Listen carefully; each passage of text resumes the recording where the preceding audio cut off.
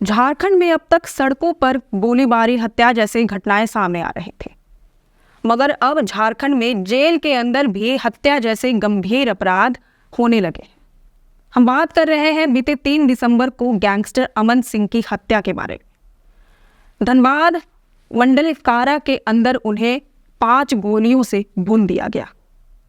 अब आप ही सोचिए कि अगर अपराध जब होता है तो अपराधी को जेल की सजा दी जाती है, मगर जेल में भी अपराधी अपराध करने लगे, हत्या को अंजाम देने लगे, तो फिर उसे कहाँ भेजा जाएगा। लेकिन यहाँ इससे भी बड़ा सवाल ये है कि आखिरकार जेल के अंदर हत्या जैसी गंभीर अपराध को अंजाम कैसे दिया गया। क्या जेल प्रशासन पूरी तरह से लापरवाह है? ये सवाल झारखंड हाईकोर्ट ने पूछा है।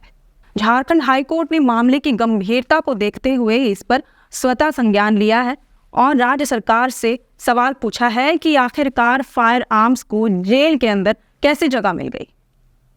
इस पर राज्य सरकार ने कहा कि फिलहाल घटना की जांच चल रही है। जेल आईजी और पुलिस के आला कमान फिलहाल घटना स्थल पर मौजूद है और वहां पर घटना की सारी जानकारी इकट्ठा करने में जुटे हुए हैं।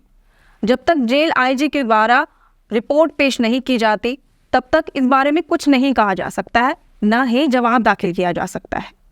फिलहाल अदालत ने जेल आईजी उमाशंकर सिंह को तलब कर उन्हें कोर्ट में वर्चुअल तरीके से पेश होने का निर्देश दिया है। इसके लिए उन्हें 5 दिसंबर यानी आज की तारीख दी गई है। बता दें कि सोमवार यानी कि 4 दिसंबर को हुई जेल के अंदर छापेमारी में 2 पिस्टल, 6 मोबाइल फोन और 18,000 नगद बरामद हुए। इसे लेकर सदर थाने में एफआईआर भी दर्ज की गई है। इस घटना के बाद धनबाद मंडल कारा के जेलर मोहम्मद मुस्तकीम को सस्पेंड कर दिया गया है और साथ साथ 5 कक्षपालों को भी सस्पेंड किया गया है। इन सभी पर अब विभागीय कार्रवाई की जाएगी। जेलर मोहम्मद मुस्तकीम की जगह पर चतरा के जेलर वीके वर्मा को धनबाद मंडल कारा की जिम्मेदारी सौंपी गई है। उन्हें एज ए जेलर पदस्थापित किया गया है।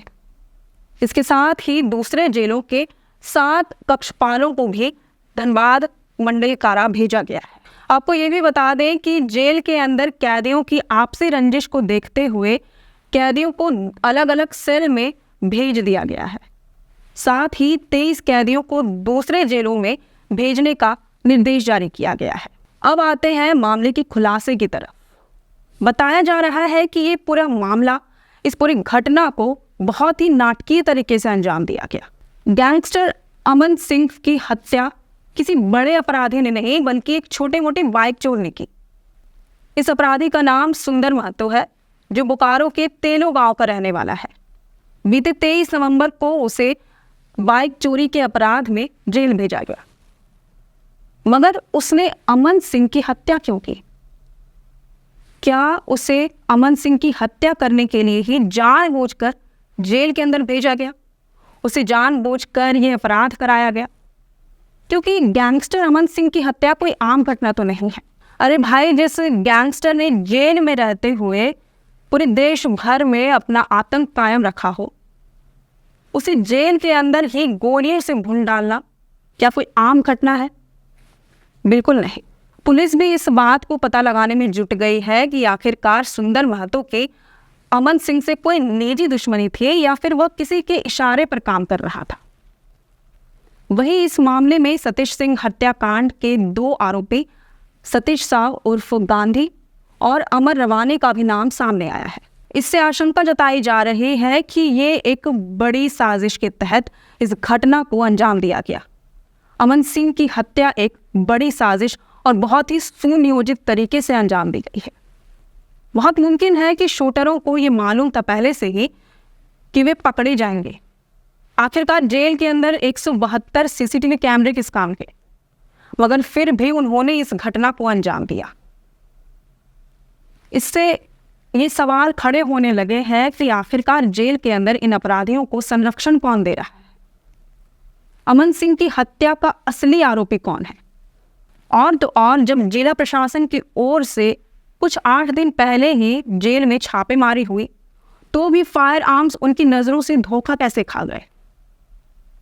ये सवाल बहुत ही लाजिम है और जब तक इन तमाम सवालों के जवाब नहीं मिल जाते, तब तक अमन सिंह की हत्या एक रहस्य बनकर रह जाएगी।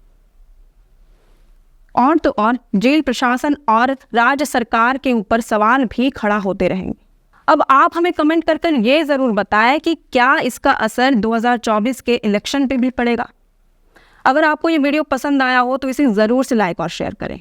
हमारे चैनल लोकतंत्र 19 को भी सब्सक्राइब और फॉलो करना ना भूलें। फिलहाल लेते हैं अलविदा। जोहार।